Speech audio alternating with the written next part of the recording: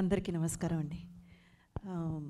ముందుగా ఇలాంటి ఒక మూవీ తీయాలని ఒక సంకల్పం తీసుకొని దాన్ని ఎంతో సక్సెస్ఫుల్గా, అంటే అనుకున్న బడ్జెట్ కంటే కూడా 5 రెట్లు ఎక్కువగా అయినా కానీ ఏమాత్రం వెనకాడకుండా ఈ మూవీని తెరకెక్కించాలి, ఈ చరిత్ర తర్వాత జనరేషన్స్కి వెళ్ళి చేరాలన్న సంకల్పంతో చేసిన గూడూరు నారాయణ రెడ్డి గారికి నిజంగా ఎంత హ్యాట్స్ ఆఫ్ చెప్పుకున్నా తక్కువే. Thank you sir, thank you so much for that. And మా డైరెక్టర్ గారు, అంటే ఇప్పుడు మీరు చూసిన తెర మీద చూసిన ఆ కథ అన్నది ఆయన 10 ఏళ్ల కష్టం అండి. మనం చాలా ఈజీగా ఏం జరిగిందన్నది ఒక 2 లేకపోతే 2.5 అవర్స్లో మనం తెలుసుకోగలుగుతున్నాము. కానీ దానికి వెనక ఆయన పడ్డ కష్టం, ఆయన దానికోసం తీసుకున్న శ్రమ, కూర్చొని ప్రతీది ఆల్మోస్ట్ లైక్ ఒక ఇన్వెస్టిగేషన్ లాగా ఒకటి వెనక ఒకటి ఏం జరిగింది, దీంట్లో ఉన్న నిజాలు ఏంటి. ఎందుకంటే ఎప్పుడైనా ఇలాంటి కథలు ముందు తీసుకొచ్చినప్పుడు ఒక పర్టికులర్ ఏమంటారు వర్గానికి మాత్రమే న్యాయం జరిగేటట్టు చూపించకూడదు. నిజం ఏదైతే జరిగిందో ఆ నిజాన్ని కళ్ళకు కట్టినట్టు నిజంగా చూపించాలి అన్న ఒక తాపత్రయంతో మా డైరెక్టర్ గారు అక్కడ ఏదైతే జరిగిందో అదే తీసుకొచ్చారు తెర మీదకి. ఎందుకంటే ఇందులో మీరు మూవీ చూసినట్టయితే మీకు అర్థమవుతుంది. చాలామంది తప్పర్థం పడతారు. ఏంటంటే ఇది ముస్లిమ్స్కి వ్యతిరేకమైన మూవీ, హిందూస్కి ముస్లిమ్స్కి మధ్య ఉన్న గొడవల గురించి. ఎస్, ఆ గొడవల గురించి మనం చూపిస్తున్నాము, కానీ ఏదైతే జరిగిందో అది చూపిస్తున్నాం. ఇందులో ఒక ముస్లిం జర్నలిస్ట్ క్యారెక్టర్ కూడా ఉంటుంది. ఆ పర్టికులర్ జర్నలిస్ట్ క్యారెక్టర్ అక్కడ జరిగేటువంటి దాని మీద అంతా, అంటే రజాకర్స్ ఏదైతే చేస్తున్నారో దాని మీద పోరాటం చేసేటువంటి ఒక ముస్లిం క్యారెక్టర్ కూడా పెట్టారు. అండ్ మూవీలో కూడా చూసారంటే 6th నిజాం అయినటువంటి మెహబూబ్ అలీ ఖాన్, ఆయన క్యారెక్టర్ ఎంత మంచి క్యారెక్టర్, ఎంత మంచి పనులు చేశారు ఈ సమాజానికి అనేది కూడా చూపించుంటారు. అంటే ఎవరిని కించపరచడానికో లేకపోతే వాళ్ళకి వ్యతిరేకంగా ఈ మూవీ తీయాలన్న థాట్ అయితే లేదు మా డైరెక్టర్ గారికి. కానీ ఈ ఒక పోరాటం అన్నది తప్పకుండా నెక్స్ట్ జనరేషన్కి వెళ్ళి చేరాలి, వాళ్ళకి తెలియాలి. సో ఈ ఒక ప్రయాణంలో మనమందరం అర్థం చేసుకోవాల్సింది ఏంటంటే ఈ మూవీ తప్పకుండా మనం ఎందుకు చూడాలి.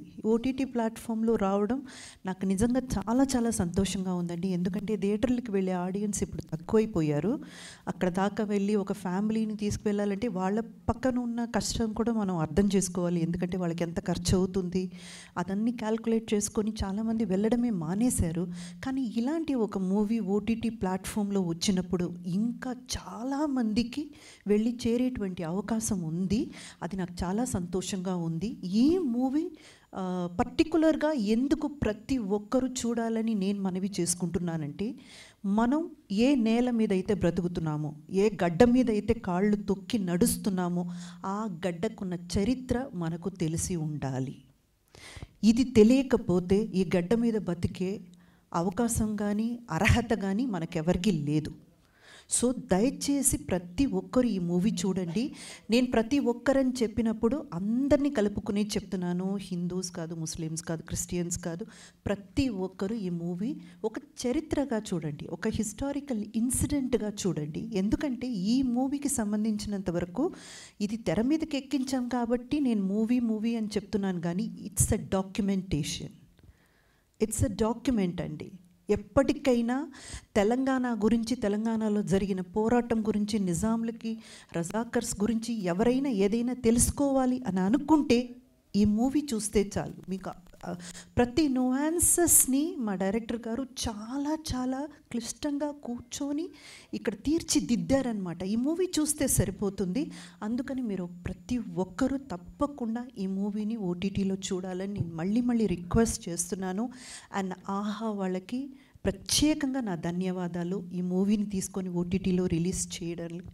అండ్ నాకు సంబంధించినంత వరకు ప్రమోషన్స్లో కానివ్వండి, ఈ మూవీ రిలీజ్ అయినప్పుడు కానివ్వండి, ప్రతి ఒక్క ఇంటర్వ్యూలో కానివ్వండి, నాకు నా కెరియర్లో నేను మర్చిపోలేని మెమరబుల్ క్యారెక్టర్ ఏదైనా ఉందంటే అది ఐలమ్మ.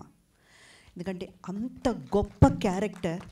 నన్ను చూడగానే ప్రతి ఒక్కరు చెప్పేది ఏంటంటే మీరు గ్లామర్గా ఉంటారు, మీరు గ్లామరస్ పాత్రలు అంటే హీరోయిన్గా వర్క్ చేసినప్పుడు కూడా గ్లామర్ హీరోయిన్ కిందే గుర్తించారు. గ్లామర్ పాత్రలు చేశాను.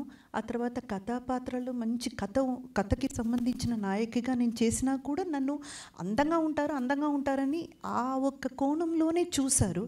కానీ నిజంగా నాకు అర్థం కానిది ఏంటంటే ఈ ఐలమ్మ క్యారెక్టర్లో ఇంత గ్లామరస్గా అంటే ఒక వ్యవసాయం చేసి బ్రతికే ఒక కూలి పనిచేసే ఒక ఆడదిగా డైరెక్టర్ గారు నన్ను ఎలా ఆలోచించారు, ఆ డైమెన్షన్లో ఎలా నన్ను తీసుకురావాలని ఆయనకు ఐడియా ఎలా వచ్చిందో నిజంగా నేను రుణపడి ఉంటాను సత్యనారాయణ గారు. ఎందుకంటే అలాంటి ఒక పాత్ర ఏ ఆర్టిస్ట్కైనా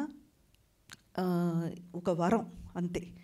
ఐలమ్మ అన్న ఆ పేరుకున్నటువంటి ఇంపార్టెన్సు నేను ఈ ప్రమోషన్స్ కోసం తెలంగాణ అంటే కొంచెం లోతుగా వెళ్ళినప్పుడు ఇంటీరియర్ తెలంగాణలోకి వెళ్ళినప్పుడు నాకు అర్థమైంది ఆవిడ్ని ఎలా చూస్తున్నారంటే వీర మహిళగా కాదండి, ఒక దేవతలా చూస్తున్నారు. అంత గొప్ప పేరు ప్రఖ్యాతి ఉన్న ఒక క్యారెక్టర్ని నాకిచ్చి నిజంగా నా లైఫ్లో మర్చిపోలేని ఒక మంచి ఒక మూవీ ఇచ్చినందుకు thank you so much producer గారికి, డైరెక్టర్ గారికి. అండ్ ఎప్పటికీ నాకు ఒక మెమరబుల్ క్యారెక్టర్గా ఇది ఉండిపోతుంది. ఈ పర్టికులర్ మూవీకి సంబంధించి మీ అందరి దగ్గర అంటే మీడియా పీపుల్ ఇక్కడ చాలామంది ఉన్నారు, ప్రెస్ అండ్ మీడియా ఉన్నారు, మీ అందరికీ ఒక్క చిన్న మనవి. ఎన్నో విషయాలు మీరు తీసుకెళితే అది సంచలనం సృష్టించింది. ఎన్నో విషయాలు మీరు మనసు పెట్టి ముందుకి తీసుకెళితే అది వైరల్ అయ్యింది. దయచేసి మా మూవీని కూడా ఎంతవరకు నెక్స్ట్ జనరేషన్కి తీసుకెళ్ళగలరో మీ ప్రయత్నం అయితే మీరు పెట్టండి. Thank you so much. Wow.